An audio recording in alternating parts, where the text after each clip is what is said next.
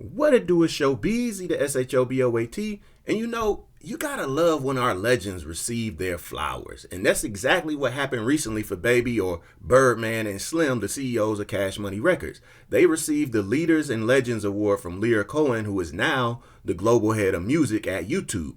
And this is well deserved, bro. You gotta understand, Cash Money has been dominant in the music business for 30 years, going all the way back to when Juvenile, BG, Lil Wayne, and Turk were all solo artists before forming the Hot Boyz. And the stamp they put on that era was crazy. And one person that can confirm that for you is Elliott Wilson. Now, you probably know him more recently now for being the CEO of Rap Radar and from beefing with Drake and them going back and forth. But Elliott was the top editor at XXL magazine during that first Cash Money wave and got to personally document it in the magazine. Yeah, sold a lot of magazines with these guys. Sold a lot of magazines. Biggest. Now, Pioneer record executive Lyor Cohen, who is responsible for signing some of your favorite rappers like Run DMC, LL Cool J, the Beastie Boys, Red and Method Man, Ja Rule, Jay-Z, DMX, Ludacris, and so on, somewhat regretted never working with Cash Money. So that's part of the reason why he spearheaded this event. When are we going to do business? And it's been literally 35 years he's been asking me the same question. So we're doing business today. We're doing business of celebration and honoring you and your brother Slim. Okay? Designed for you and your brother. Okay? This is yours, brother. Thank you very much. Thank you.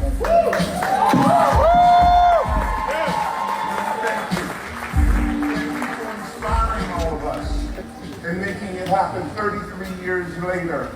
Thank you to everybody who came and gave us your precious time to honor these great people and all the talent, all the work, all the artists, all the songwriters. And they broke down how Baby and Slim's accomplishments have and are still impacting the record business and rappers right now in 2024. And I said, everyone, $3 billion in gross revenue. Not 3 billion units of music sold. That I can't even calculate. $3 billion of top line gross dollars is what Cash Money has brought through the. But I don't think it's because of that. The deals that have come after Cash Money, all the entrepreneurs in this room, all the artists in this room, all the deals that you have, all the things that you now ask labels to give you and that you demand to have, think about who demanded that first, who held their ground for that for 33 years, and that is the reason why it opened the door for so many of us in this room. So I think we all owe a debt. But at the same time, I think they owe a debt to you because when they opened the door, so many of you came through and you did what you were supposed to do, and you have successful companies, successful careers, and it just keeps going on and on and on, despite the crazy changes that have gone on in the music industry. So having said that, everyone, to Slim, to Baby, you are true legends. Now, this was my favorite part of the night, when Baby and Slim detailed their background with Cash Money and their artists and how they got it out the mud. You feel me? If you want to see your homie, you want to see your girl, everybody had to come to the studio. I put them all in private schools, and every day, there wasn't a day go by, all I made them do was go in the studio. So I kept them in the studio because they was very young for like 2 or 3 years. And if you keep any lion, tiger, bear in the studio, when you let them, in the cage, when you let them out, they're gonna attack. And when I let them out, they was young, they was about 14. They attacked the world, right? By then, we signed our deal with UMG. Dino DeValle came down. We brought him in our project, and that what made me go to UMG, and we signed with him. But at the same time, that was a genre of music that we blew up in. It was hard for people right then. It was heavy back then. It was real heavy. Everybody was doing their thing, but I let them youngsters out the cage. Juvie was already sharp, but Wayne, BG, Shorty, it was getting sharp. because I kept them in the studio for years, every day of life, right? So at this point, I just wanted to get them out the streets and save their life. So I made the studio out of streets. And by then, by the time they're 15, 16, they ain't know nothing but the studio. So it couldn't even, if they tried to function different, it was already remotely to me that they needed to do it in the studio. So after a while, we blew up, and Katrina happened. And we had some differences before Katrina. Some came, some left, and Katrina happened. I always was tight with Wayne. She always, I was a father like to all of them, to be honest, like, because I was like, their mama gave them to me to raise them, because they was heading in different directions. New Orleans at this time, we was the murder capital, so nigga could die like at any time, at any minute, any second. That's what it was. So when I got the chance to be with them a lot and put them in the studio a lot, by the time they was teenagers, nothing mattered more to them than but the studio, because I did it to them at like 11, 12 years old. So after Katrina, I went to Texas. Wayne went to Miami, and he called me. He told me to come to Miami. So I went to Miami, and we became like, we was already close, but we became closer than ever, because we was like, it's me and you and Slim, and we gonna do this shit. And with all due respect to Jay-Z, I remember he said he retired, and Wayne shot a video, said, since the best rapper retired, I'm the best rapper alive. And a lot of shit changed for us from that moment, but at the same time, niggas was saying hip-hop is dead. We Southern niggas, we don't know nothing about that type of shit, because this is all we got is hip-hop. You understand? So when niggas was saying hip-hop is dead, we like, honestly, like, what the fuck is they talking about, you heard me? We ain't know nothing about that type of shit, so we felt like this our time to just take over hip-hop. That's when the birth of Young Money came, Nicki and Drake came, and we kind of held hip-hop down, right? When niggas was saying it was dead, we felt like we was bringing it back to life, and we did that. We did that soulfully, and if, you saw the artists, and a lot of artists that we birthed, I could name a lot of them, a whole bunch of them that we made millionaires. At this point, we just thinking about surviving. We survived the warfare in New Orleans, now we're surviving in life. And we did a great job at it, but you see all the artists that's successful, right? And we got a long list. I could stay here and give you 10, 20 names that or maybe more that we made successful, right? But what was more important to us, that all the jobs that we kept, because if we didn't do this shit, a lot of people would have lost their jobs back in that field. And me as a young man, a lost young man, I was just trying to save a few niggas' lives. And I needed my life saved myself, and that's what my brother did for me, because me and my brother been in and out of boys' homes since a kid. We stayed in Canada. We lived pillar to post, and I jumped in the field, which we call the streets, and I had to find myself. But living in different genres of music, at this point, everybody that came up, and we came up, and we gave so many people lives. So once we started, all I thought about was saving 4 lives, and we ended up saving thousands of motherfucking lives. And I give all my gratitude to my brother, because without my brother, he was like my father, because we never had no family. So it was always me and my brother and my sister. So I give my gratitude for him saving my life, trying to save other niggas' lives. And it's shit gonna always be YMCMB forever for me.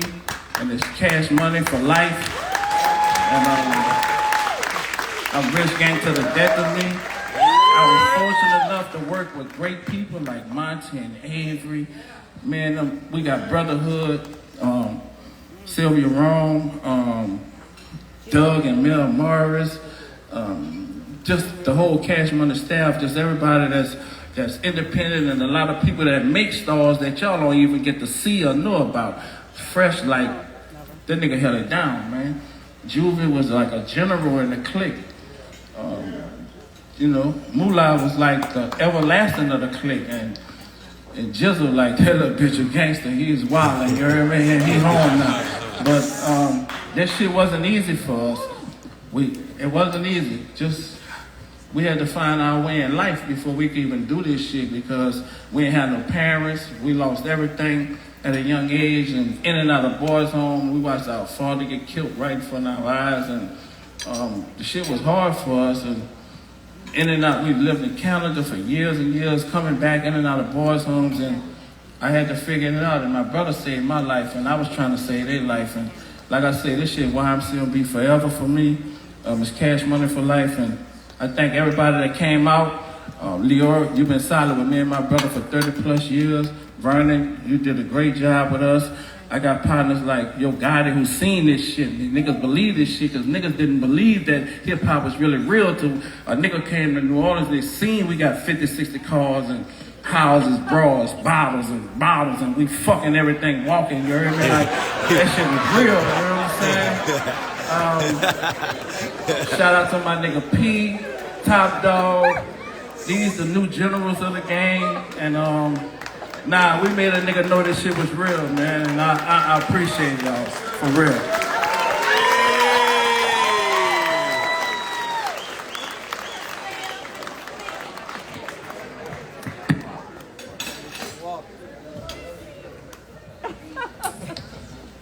First of all, y'all know I don't do all that talking.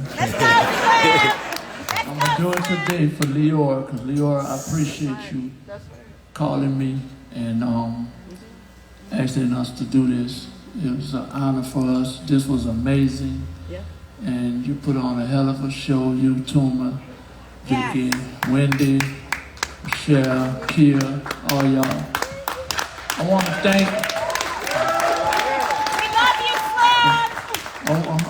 thank Monty and Avery. We've been partners in crime ever since we started. Sylvia, Mel, and Doug. Just everybody that's a part of Universal, UMG. It's so many people, it's too many to name. But I'm gonna name a couple: Mike Harden, Wendy, Katrina, Dino, just everybody. But I wanted to say that I'm so proud of Juvie, Wayne, Jeezy, Turk, Fresh, because I saw them when they was in that studio. They was in competition with each other, friendly competition. And we were going there. We started off doing 2 songs, ended up doing 5 songs a night. And they was in there competing like a basketball player, for real. And they'll catch a conga and come back with their verses, and they'll show you that each one of them want their verse to be the best. But what really makes me so proud that they're going on in their career with generation wealth, doing other things outside of music, and keeping music going, that makes me more proud than anything about them, you know. Me and my brother went through a lot.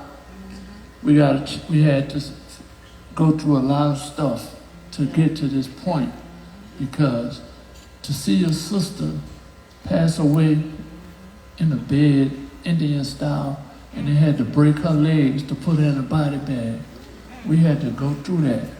To grow up, me and my brother, that someone told us, I'm not gonna say who it is, that I ain't gonna never be shit and I ain't worth a quarter. Not 5 nickels, not 25 pennies, for real. But you gotta do better than that to break me. I ain't breakable like that. Go ahead. You know what I'm saying? You gotta do better than that. So it made me wanna go harder and work harder, because I got a few more quarters now. Go ahead. You know what I'm saying?